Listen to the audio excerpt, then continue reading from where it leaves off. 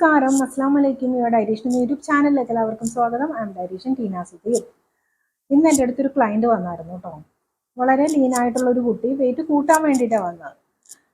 ആ കുട്ടിക്ക് ശരിക്കും പറഞ്ഞാൽ ഒരു 163 ഹൈറ്റ് ഉണ്ട്. വെയിറ്റ് എന്ന് പറയുന്നത് 45 ഒക്കെ ഉള്ളൂ. ബിടെക്കിന് പഠിക്കുന്ന കുട്ടിയാണ്. അത്യാവശ്യം ആക്ടിവിറ്റി എന്ന് പറയാനായിട്ട് വളരെ കുറവാണ്. സെഡൻഡറി ആയിട്ടുള്ള ഒരു ലൈഫ് സ്റ്റൈലാണ്. അങ്ങനെ ഞാൻ ഇതിനോട് വൈറ്റമിൻ ഡി ടെസ്റ്റ് ചെയ്തിട്ട് വരാൻ പറഞ്ഞു. അവർ വൈറ്റമിൻ ഡി ടെസ്റ്റ് ചെയ്തു. വൈറ്റമിൻ ഡി 12 ഉള്ളൂ, വളരെയധികം ഡെഫിഷ്യൻ്റ് ആണ്. അപ്പോൾ ഞാൻ ശരിക്കും അതിനെ സപ്ലിമെൻ്റ് ഒക്കെ പറഞ്ഞു കൊടുത്തു. പക്ഷേങ്കിൽ ഈ കുട്ടികൾ ശ്രദ്ധിക്കേണ്ട ഒരു കാര്യം, അതായത് ഒരു 15 വയസ്സ് മുതൽ ഒരു 22-23 വയസ്സ് വരെയുള്ള ആ ടൈം പീരീഡ് എന്ന് പറയുന്നത് വളരെയധികം ക്രൂഷ്യലാണ്. ആ സമയത്ത് നമ്മൾ എങ്ങനെ ഭക്ഷണം കഴിക്കുന്നു എന്നതിനെ ആശ്രയിച്ചിരിക്കും നമ്മുടെ എൻ്റയർ ലൈഫിലെ നമ്മുടെ ആരോഗ്യം എന്ന് പറയുന്നത്. പണ്ടുള്ളവരെ ശ്രദ്ധിച്ചിട്ടുണ്ടോ? പണ്ടുള്ളവരൊക്കെ ഈ ടൈം ഞാൻ പറഞ്ഞ ഈ കാലഘട്ടത്തിൽ നന്നായിട്ട് ഫുഡ് കഴിച്ചവരായിരിക്കും പലരും.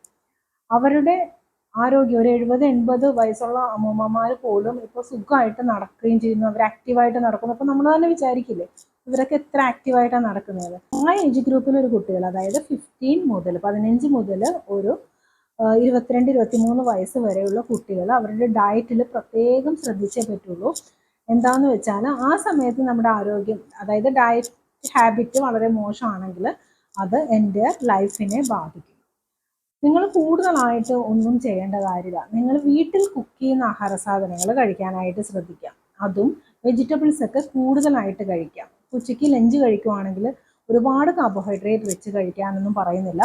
പക്ഷേങ്കിൽ നിങ്ങൾ കഴിക്കുന്ന ഭക്ഷണത്തിന് ഒരു ക്വാളിറ്റി വേണം. നിങ്ങൾ എന്ത് കഴിക്കുന്നു എന്നുള്ളതല്ല, അതിന് ഒരു ക്വാളിറ്റി വേണം. ചോറ് കഴിക്കുകയാണെങ്കിൽ അതിൻ്റെ കൂടെ വെജിറ്റബിൾസ് കഴിക്കാം, ഫിഷ് കഴിക്കാം. അങ്ങനെ ഒരു ശരിക്കും പറഞ്ഞാൽ ഒരു ബാലൻസ്ഡ് ഡയറ്റായിട്ട് നിങ്ങൾ മുന്നോട്ട് പോയില്ലെങ്കിൽ കുറേ കാലം കഴിയുമ്പോഴത്തേനും നിങ്ങൾക്ക് വേദന തന്നെ ഉണ്ടാവുള്ളൂ. വൈറ്റമിൻ ഡി ഒക്കെ ഇപ്പോൾ പല കുട്ടികൾക്കാണ് കൂടുതൽ, ഈ ടീനേജ് ഏജ് ഗ്രൂപ്പിലെ കുട്ടികൾക്കാണ് കൂടുതലും വൈറ്റമിൻ ഡി ഒക്കെ ഡെഫിഷ്യൻസി നമ്മൾ കണ്ടുവരുന്നത്. അതുകൊണ്ട് തന്നെ ഫുഡ് ഹാബിറ്റ് ക്ലിയർ ആക്കാം. പലരും വെയിറ്റ് റിഡക്ഷൻ എന്ന് പറഞ്ഞ് ഒന്നും കഴിക്കാതെ പട്ടിണി കിടക്കുകയാണ് പല കുട്ടികളും. അങ്ങനെ വെയിറ്റ് റിഡ്യൂസ് ചെയ്തിട്ട് നമ്മുടെ ആരോഗ്യം കളഞ്ഞുകൊണ്ട് വല്ല കാര്യമുണ്ടോ? ഒരു കാര്യമില്ല. അതുകൊണ്ടാണ് ഞാൻ പറയുന്നത്, ഭക്ഷണം കറക്റ്റിന് കഴിക്കാൻ നോക്കുക, കറക്റ്റ് സമയത്ത് കഴിക്കാൻ നോക്കുക. രാവിലെ അതൊരു 8:30-9 ആകുമ്പോൾ ബ്രേക്ക്ഫാസ്റ്റ് അത് കഴിക്കും. കഴിച്ചിട്ടാണ് അത് കോളേജിലേക്ക് പോകുന്നത്. അതിനുശേഷം പിന്നീട് അത് കഴിക്കുന്നത് ഉച്ചയ്ക്ക് സമയമാണല്ലോ. അപ്പോൾ ഓട്ടോമാറ്റിക്കലി അസിഡിറ്റി കയറും. നമ്മുടെ ഡൈജഷൻ നടക്കുന്നത് 2 മണിക്കൂറിലാണ്. ഒരു ഭക്ഷണം കഴിച്ചിട്ട് ഒരു 2 മണിക്കൂർ, മാക്സിമം ഒരു ഹൈ പ്രോട്ടീൻ ഒക്കെ ആണെങ്കിൽ ഒരു 3 hours എടുക്കും ഡൈജഷന്. അത് കഴിഞ്ഞിട്ട് വീണ്ടും അസിഡിറ്റി കയറാനായിട്ട് തുടങ്ങും. അതായത് നമുക്ക് വിശക്കുമ്പോൾ ഹൈഡ്രോക്ലോറിക് ആസിഡ് നമ്മുടെ സ്റ്റൊമക്കിൽ ഉൽപ്പാദിപ്പിക്കപ്പെടും. ഈ ആസിഡ് ഉൽപ്പാദിപ്പിക്കുമ്പോൾ ഫുഡ് ചെന്നില്ല എന്നുണ്ടെങ്കിൽ ഇത് അസിഡിറ്റി ആയിട്ട് വരും. നമുക്കിങ്ങനെ മേപ്പോട്ട് എടുക്കുന്ന പോലെയും വല്ലാണ്ട് വയറ് വന്ന് വീർക്കുന്ന പോലെയും വല്ലാത്തൊരു ബ്ലോട്ടിങ് ഫീൽ ചെയ്യുന്ന പോലെയും ഒക്കെ തോന്നും. അതുകൊണ്ട് എന്താ ചെയ്യേണ്ടതെന്ന് വെച്ചാൽ ഇടവിട്ട് ഭക്ഷണം കഴിക്കാം. ആ കുട്ടിയോട് പറഞ്ഞപ്പോൾ അത് പറഞ്ഞൊരു കാര്യം, മാഡം കോളേജിലല്ലേ, അപ്പോൾ ആ സമയത്ത് ഒരു 10-11 മണിക്കൊന്നും ഞങ്ങൾക്കൊന്നും കഴിക്കാൻ പറ്റില്ല. കാരണം ഞാൻ ഇന്ന് കഴിക്കുന്നത് വേറെ കുട്ടികൾ കണ്ടു കഴിഞ്ഞാൽ അത് പ്രോബ്ലം ആവും. അപ്പോൾ ഞാൻ ചോദിച്ചു ഇൻ്റർവൽ ടൈം ഉണ്ടോ നിങ്ങൾക്കൊന്ന് ചോദിച്ചപ്പോൾ പറഞ്ഞു അതൊക്കെ ഉണ്ട് എന്ന് പറഞ്ഞു. അപ്പോൾ ഞാൻ പറഞ്ഞു പിന്നെ എന്താ പേടിക്കണേ, കാരണം നമ്മുടെ ആരോഗ്യത്തിന് വേണ്ടിയിട്ട് നമ്മൾ കുറച്ച് ഇങ്ങനെയുള്ള കാര്യങ്ങൾ ചെയ്യുന്നതുകൊണ്ട് എന്താ പ്രശ്നം? വേറെ കുട്ടികൾ കണ്ടാൽ എന്താ, ഫുഡല്ലേ കഴിക്കുന്നത്, വേറൊന്നും അല്ലല്ലോ. ഇത്തിരി ഒരു ആപ്പിളോ അല്ലെങ്കിൽ എന്തെങ്കിലും ഒരു ഫ്രൂട്ടിൻ്റെ ഒരു കണ്ടൻറ്റോ നേന്ത്രപ്പഴമോ എന്തെങ്കിലും ഇടസമയത്ത് കൊണ്ടുപോകാനുള്ള ഒരു ഓപ്ഷൻ. ശരിക്കും കോളേജിൽ കൂടെ അത് വേണ്ടതാണ്. സാധാരണ എല്ലാവരും പറയുന്നത് നഴ്സറി കുട്ടികൾക്ക് ഈ ടിഫിനൊക്കെ കൊടുത്തുവിടും. അതിനെക്കാട്ടിയും കൂടുതൽ വേണ്ടത് ഈ ടീനേജ് ഏജ് ഗ്രൂപ്പിലെ കുട്ടികൾക്കാണ്. അവർക്ക് കാലറിയും പ്രോട്ടീൻസും ഒക്കെ വളരെ കൂടുതൽ വേണ്ട ഒരു സമയമാണത്. പഠിക്കാനും അതിന് മാത്രം ഉണ്ടാവും. പിന്നെ അവർക്ക് ഒരുപാട് ഹോർമോൺസിൻ്റെ ചേഞ്ചസ് ഉണ്ടാകുന്ന ടൈം കൂടെയാണ്. അപ്പോൾ ഫുഡ് ഹാബിറ്റ് കറക്റ്റ് ആകേണ്ട സമയമാണ്. ശരിക്കും പറഞ്ഞാൽ ആ ഒരു ടൈം പീരീഡിലാണ് നമുക്ക് ഇടയ്ക്ക് കൂടുതലായിട്ടും ഭക്ഷണം ആവശ്യമുണ്ടത്. ഭക്ഷണം എന്ന് പറഞ്ഞാൽ ഓവറായിട്ടുള്ള ഫുഡല്ല ഞാൻ ഉദ്ദേശിക്കുന്നത്. എന്തെങ്കിലും നട്ട്സ് കഴിക്കാം, അല്ലെങ്കിൽ ഫ്രൂട്ട് എന്തെങ്കിലും കഴിക്കാം, നേന്ത്രപ്പഴം പുഴുങ്ങിയത് കഴിക്കാം, അല്ലെങ്കിൽ നന്നായിട്ട് പഴുത്ത നേന്ത്രപ്പഴം യൂസ് ചെയ്യാം, റോബസ്റ്റയോ അല്ലെങ്കിൽ ആപ്പിളോ ഓറഞ്ചോ അങ്ങനത്തെ ഏതെങ്കിലും ഒരു ഫ്രൂട്ട് ഒരു മിഡ് മോർണിംഗ് ടൈമിൽ കുട്ടികൾക്ക് കൊടുത്തു വിടുവാണെങ്കിൽ വളരെ നല്ലതായിരിക്കും. അത് അവരെ കഴിക്കാനും പ്രേരിപ്പിക്കും. ശരിക്കും പറഞ്ഞാൽ ടൈപ്പ് 1 ഡയബറ്റീസ് ഒക്കെ ഉള്ള കുട്ടികളുണ്ടല്ലോ, അവർക്കൊക്കെ പലപ്പോഴും ഇൻസുലിനൊക്കെ ഇഞ്ചെക്ട് ചെയ്യേണ്ടി വരും. അപ്പോൾ ക്ലാസ്സിലൊക്കെ പോകുന്ന കുട്ടികൾക്ക് ശരിക്കും അവരവിടെ ഇരുന്ന് തന്നെയാണ് ഇതൊക്കെ ചെയ്യുന്നത്.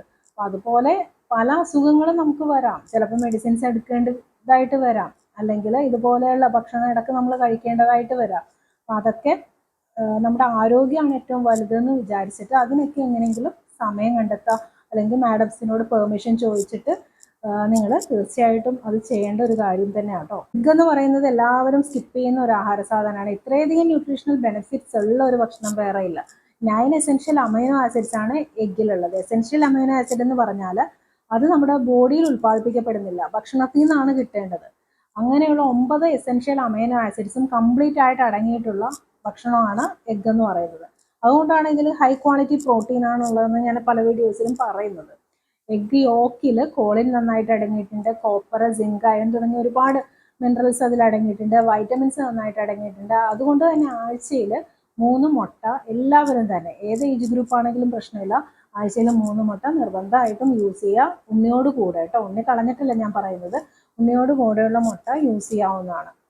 നട്ട്സ് ഇടക്ക് കഴിക്കാം, അതുപോലെ സീഡ്സ് യൂസ് ചെയ്യാവുന്നതാണ്. 4 മണിക്കൊക്കെ ആണെങ്കിലും 4 മണി അല്ലെങ്കിൽ ഈവനിങ് ടൈമിലോ കോളേജ് വിട്ട് വരുന്ന സമയത്ത് രാവിലത്തെ ബ്രേക്ക്ഫാസ്റ്റ് എന്തെങ്കിലും ഇരിപ്പുണ്ടെങ്കിൽ അത് കൊടുക്കാവുന്നതാണ്. അല്ലെങ്കിൽ വെറുതെ ഒരു ഗ്ലാസ് ഓട്സ് കാച്ചിട്ട് അങ്ങനെ കുടിക്കാവുന്നതാണ്. റാഗി നല്ലൊരു ഓപ്ഷനാണ്. ദോശമാവ് രാവിലത്തെ ഇരിപ്പുണ്ടെങ്കിൽ അതിൽ കുറച്ച് റാഗിപ്പൊടി കൂടെ മിക്സ് ചെയ്തിട്ട് ദോശ ചുട്ട് കഴിക്കാവുന്നതാണ്. ഇങ്ങനെ ഒരുപാട് ഓപ്ഷൻസ് ഉണ്ട്. സൂചി ഗോതമ്പ്, നുറുക്ക് ഗോതമ്പിൻ്റെ ഉപ്പുമ ഉണ്ടാക്കി കഴിക്കാം, ഓട്സിൻ്റെ ഉപ്പുമ ഉണ്ടാക്കാം, അതിൽ കുറച്ച് വെജിറ്റബിൾസ് ഒക്കെ ഇടാം. ഇതൊക്കെ നമ്മുടെ ആരോഗ്യത്തിന് നല്ലതായിരിക്കും. ടേസ്റ്റ് ഒന്നും വലുതായിട്ട് നോക്കരുത്, കാരണം നമ്മളിപ്പോൾ ഫാസ്റ്റ് ഫുഡ്, ജങ്ക് ഫുഡിൻ്റെ ഒന്നും ടേസ്റ്റ് ഒന്നും ഈ നോർമൽ ഫുഡിന് ഉണ്ടാവില്ല. അതുകൊണ്ടല്ലേ പല കുട്ടികളും പുറത്തു പോയൊക്കെ ഭക്ഷണം കഴിക്കുന്നത്. അമ്മമാരുണ്ടാക്കുന്ന ഭക്ഷണത്തിന് ടേസ്റ്റ് ഇല്ല.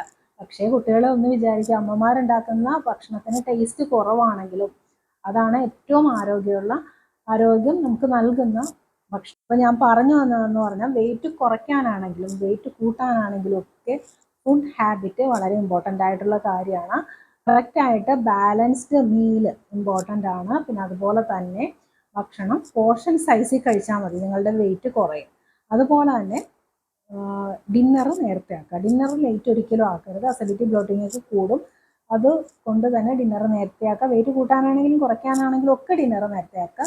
രണ്ടിനും വർക്കൗട്ട് ആവശ്യമാണ്. മിക്കവരുടെയും വിചാരം വെയിറ്റ് കുറയ്ക്കാനല്ലേ വർക്കൗട്ട്. അങ്ങനെയൊന്നുമില്ല, നമ്മൾ ആരോഗ്യപ്രദമായിട്ട് ഇരിക്കാനാണ് വർക്കൗട്ട്, അല്ലാതെ വെയിറ്റ് കുറയ്ക്കാനും കൂട്ടാനും ഒന്നും അല്ല. അപ്പം അതുകൊണ്ട് തന്നെ അത് ഒരു റുട്ടീൻ്റെ ഭാഗമാക്കി മാറ്റുക. വെള്ളം നന്നായിട്ട് കുടിക്കുക. ഉറക്കം ഇമ്പോർട്ടൻ്റ് ആണ്. എപ്പോഴും പറയുന്ന പോലെ തന്നെ 7 മണിക്കൂറെങ്കിലും ഉറങ്ങിയിരിക്കുക. അത് നല്ല ക്വാളിറ്റിയുള്ള സ്ലീപ്പും കിട്ടണം. ഇന്നത്തെ വീഡിയോയിൽ എന്തെങ്കിലും ഡൗട്ട് ഉണ്ടെങ്കിൽ കമൻറ്റ് ബോക്സിൽ ടൈപ്പ് ചെയ്യാൻ ഞാൻ ഉടനടി റിപ്ലൈ തരുന്നതായിരിക്കും. നന്ദി, നമസ്കാരം.